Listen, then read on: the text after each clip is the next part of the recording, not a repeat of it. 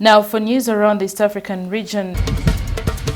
From Tanzania, newly appointed State Minister in the Vice President's office, George Simbachawene, was sworn in on Monday, a day after Tanzanian President John Pombe Magufuli fired his predecessor, Mr. January Makamba. Nzenga Urban Member of Parliament Hussein Bashe was also sworn in as Deputy Minister of Agriculture. Speaking shortly after the two had taken their oaths, President Magufuli said there was a lot of sluggishness in the way tasks were handled at the ministry. In South Sudan, the government of South Sudan has approved $25 million for the construction of a new stadium in the capital, Juba. Addressing reporters, Information Minister Michael Makwei said the decision was reached at during the weekly cabinet meeting. He said the new stadium, which will be built in northern Bari area of Jubek County, will accommodate an estimated 15,000 spectators. Now for news around the world, in DR Congo, Health Minister resigned Monday, citing the removal as the head of his country's Ebola response and concerns over a proposed experiment with a new unlicensed vaccine. Oli wrote in a resignation letter to President Felix Tshisekedi, saying that as a result of his decision to place the response of the Ebola outbreak under the president's direct supervision, he resigns as health minister, adding that as in any war, because that is what this is, there cannot be several centers of decision-making for risk of creating confusion. In Zimbabwe, Vice President Constantino Chiwenga, who led the ousting of Robert Mugabe, has been airlifted to China for medical care.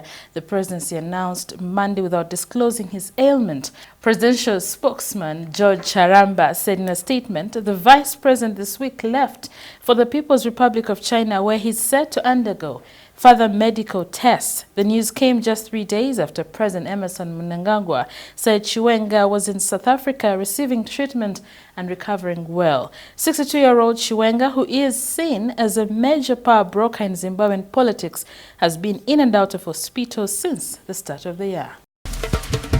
In Libya, forces loyal to Libya's UN-recognized government say they fought off a major attack on the capital Tripoli led by strongman Khalifa Haftar that left casualties on both sides. Spokesman Mustafa Al-Meji told AFP that some 6 fighters loyal to the Tripoli-based government of National Accord were killed and several others wounded. The fighting left 25 dead or wounded on the other side.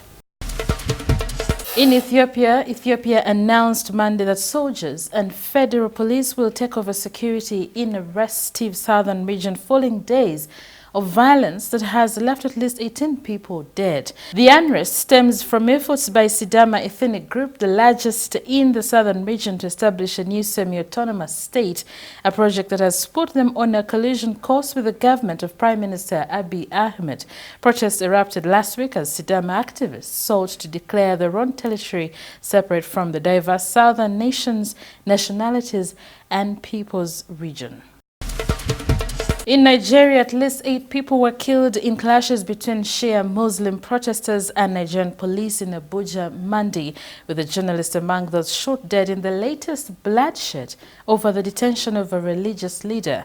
A policeman was also killed in the unrest which broke out when hundreds of protesters from the Islamic movement in Nigeria, a Shia sect, marched demanding the release of a cleric, Ibrahim Zakzaki, who has been held since December 2015 on charges including terrorism. Police opened fire with live ammunition as well as tear gas, while protesters threw petrol bombs at the officers, according to AFP journalists who saw 6 bodies, including that of a teenager. From the United Kingdom, former London Mayor Boris Johnson this afternoon won the race to become Britain's next Prime Minister, defeating Foreign Secretary Jeremy Hunt in the Conservative party leadership contest. Johnson defeated Hunt by 92,153 votes to 46,656 votes cast by members of the Conservative Party. He will officially replace outgoing Prime Minister Theresa May on Wednesday. Boris Johnson has vowed to get Brexit done by October 31st. In Turkey, rocket fire from Syria injured 5 people in a Turkish border town, according to the Turkish Defense Ministry. One of 2 rockets fired hit a house and lightly wounded 5 in a nearby town on Monday night and were taken to hospital for treatment. Turkish media, including CNN Turk, reported 6 injured, including a child, adding that the owner of the house was in a serious condition.